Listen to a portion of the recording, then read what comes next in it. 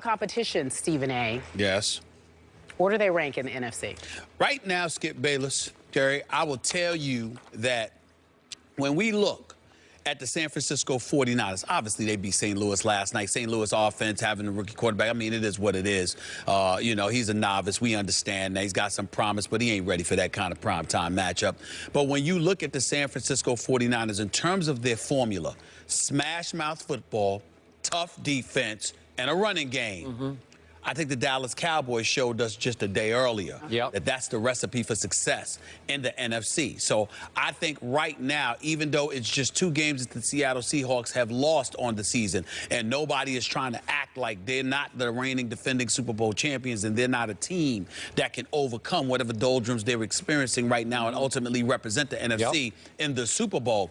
As of right now, based on what we're seeing, I definitely think that you could put the San Francisco 49ers at number 2. Even though they beat the Dallas Cowboys should still be number 1 in the NFC at this moment in time, considering the lopsided fashion in which they dominated Seattle. But San Francisco hasn't played Seattle this year yet, so we don't know what they're going to do and what they're going to be, because even though San Francisco has quality players and quality receivers, they don't have a Dez Bryant for the Seattle Seahawks secondary to contend with. So we'll see how it players out when they go up against Seattle. San Francisco I'm talking about.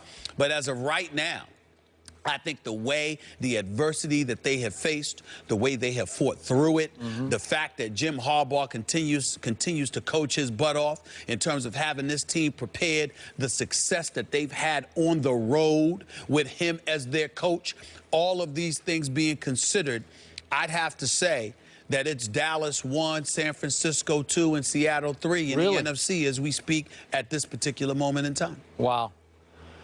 I can't do that. Obviously, off yesterday, we talked about this. I have Dallas number 1 in the NFC. Heck, I got them number 1 in the NFL right now. Just right now. I'm going to give them that because they have earned that. With the big win over New Orleans and going up and beating the champs, beating up the champs in their backyard. I still have Seattle number 2 in the NFC. And this is a coin flip for me, because I must tell you, even though it was just St. Louis last night, what did your eyes tell you last night? This is just me. I'm just going on almost like subconscious eye test. My eyes told me that San Francisco is coming. Yes. They're That's coming. What it told me. This is looking like a football team now. And it's telling, my eyes are telling me that the more this team gets distracted, the better it plays. And I can't figure that out. Although what's Harbaugh's mantra? What does he preach and coach and teach? Is that I'm going to make you uncomfortable, because the more uncomfortable you get, the better you will play. Patrick Willis was given the pregame shout talk, you know, the pep talk to the huddle. And it's like, let's be uncomfortable. That's the whole message of this team. So they have all kinds of issues to be uncomfortable about. Now Patrick Willis has a toe injury. But it seems like the more beat up they get, the more threatened they get, the better they play. Now, in the big picture, did I love it that St. Louis hung in this game and had a chance until late? That St. Louis had the ball back with your undrafted free agent quarterback. One more time they had the ball back. And it bothered me a little bit. Harbaugh tried to drop the hammer on him about 4 times on short yardage plays by just saying, I'm going for this 4th and short. Remember at the goal line? And what happened? Stuffed, stuffed, stuffed. And for the night, does it bother you that Frank Gore had a total of 38 yards on 16 tries, which is 2.4 yards a carry? That bothers me. But there's something about the way the defense played, albeit against the undrafted free agent second-year quarterback, that looked nasty to me. Like they're just flying around, making plays. Parrish Cox off the scrap heap is making plays at cornerback. And finally, and the biggest picture of all, is that was one of the better games Colin Kaepernick, to me, has ever played. I mean, didn't we go through all of last year waiting for Colin Kaepernick to be Kaepernick, and he never was? But that 80-yard touchdown pass surrendered by St. Louis right before the half was inexcusable. But it was beautiful. It was beautiful because that corner got schooled on that route. Look at that right here. You can't let that happen at that point in time in the game. They're clearly trying to go. They're clearly looking to make something happen. Just play back Play back. You can't let him get That's behind the same you. cornerback who picked six Tony Romo when they true. played up there. Yeah. Okay, Janoris Jenkins, he's a cluer, as they call him. You know, That's he's trying to smell it out That's and right. pick six it. That's right. And guess what? The guy, Brandon Lloyd, who could never run. Yeah. That's why he fell down in the draft to, what was he, a fourth-round pick back in 03? Yep. He never can run. I was in San Francisco during his rookie year.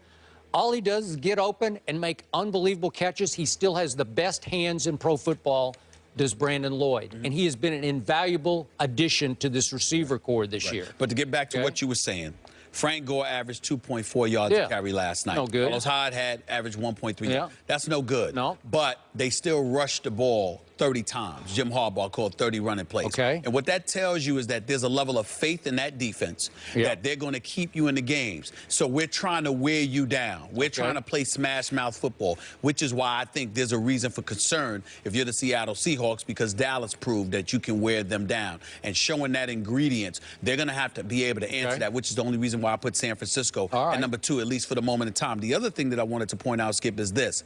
This is a team that expects Navarro Bowman to be back. They do? They expect. I don't know Smith to- when. They I expect. mean, it might be later than sooner. Well, again, week Okay. 10. Let's say week 10, I don't week know. 12. If you come back with just 4 weeks before the playoffs Okay. and you manage to put yourself in the hunt, this is a big-time issue. Because to me, when I look at San Francisco, to know that those two boys are out, but to still have the level of faith. You mean Alden Smith? That's right, Alden Smith who's and Navarro back Bowman. November 10th. I Yes. think. Yeah, Alden Smith okay. and Navarro Bowman. All To right. know that they're out, but to still have the faith that they appear Okay. to have in their defense. Yep. That's a big, big deal to me, Skip. Okay, Because they're still second in the NFL in yards allowed, which is I understand that. pretty great without those guys. That's right. That's right. And so I just think that that's a big, big deal, because what they're saying to you is, again, what you pointed to. We're coming. Okay. We're coming. They are coming, and yet they will go to me as far as the quarterback can take them. And last night, the quarterback had a QBR of 92.8 on a scale of 100. That was pretty great. Yeah. Keep Okay. in mind that all Colin Kaepernick has to do is limit the turnovers. Yeah. Because everything else he does, if he's inclined to run instead of commit a turnover, for Yep. example, he's going to make plays with his feet as well as his legs, and he's going to move the chains. As long as he keeps the turnovers to a bare minimum, Yep. San Francisco has a legitimate shot yet again to come out of the NFC. Okay. Carrie, do you know how weird this is for me to be speaking to Stephen A. Romo? I can't even. I'm still Yeah. shocked by it. Let me ask you a question before we move on to the next topic, Stephen A. So You know, low. all seriousness, are the Cowboys America's team? I'm asking a question, Stephen A. I'm not answering that. I don't understand why you don't want to answer the I question. can't answer You that sure look question. like America's I can't quarterback. answer You that. look like I America's lost a quarterback. bet, and I'm honoring it.